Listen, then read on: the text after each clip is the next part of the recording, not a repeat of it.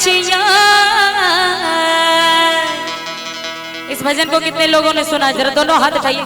क्या बात, तो तालियों का आशीर्वाद सभी को कि अम्मा वाला गवाला पिया हो महुअर लगावला, अम्मा वाला गवाला पिया हो महुअर लगावला, तो कहे लगावला पिया हो, तो कहे लगावला पिया हो निमिया के गछिया, कहे लगावला पिया हो निमिया के गछिया, कहे लगावला पिया हो निमिया के गछिया।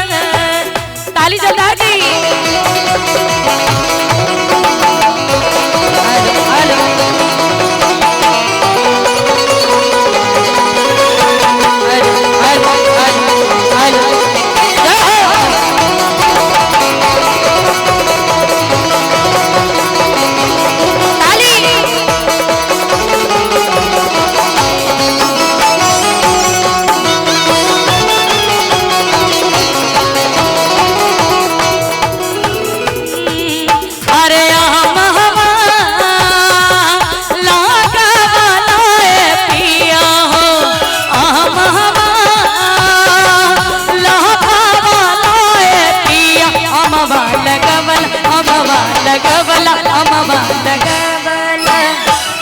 कितने लोग महारानी को मनाएंगे अपने हाथों से? जरा दोनों हाथ उठा के बोली शेरों वाली मैया की, बोली शीतला महारानी की, बोली काली मैया की।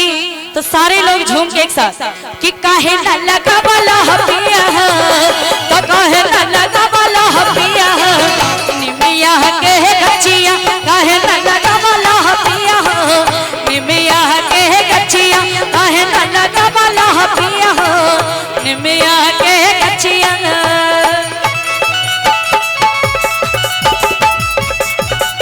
ताली दोनों हाथों के,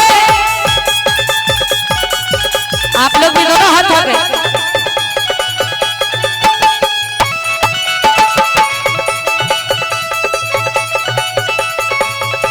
जय हो।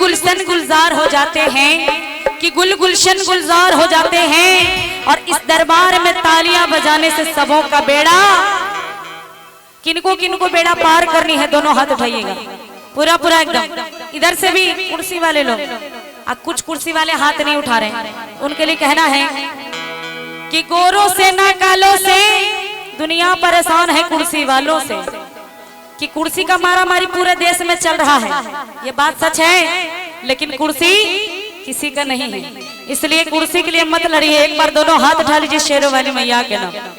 इधर से हमारी माताएं बहना बड़ा कंजूसी कर रही है, एक बार आप लोग भी दोनों हाथ उठाइएगा। चाय मत उठा लीजिए न तो माथा पे गिर जाएगा।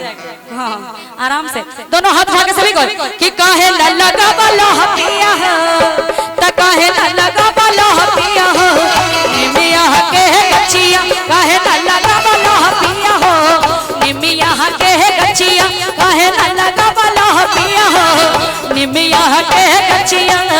ताली जोरदार की।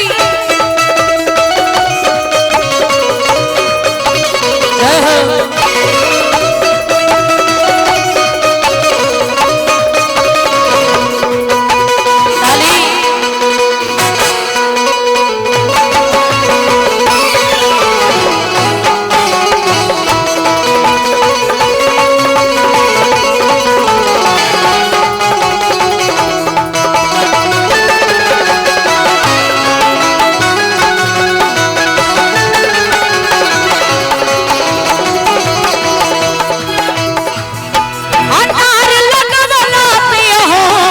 सेउआर लगवला अनार लगवला पिया हो सेउआर लगवला त कहे न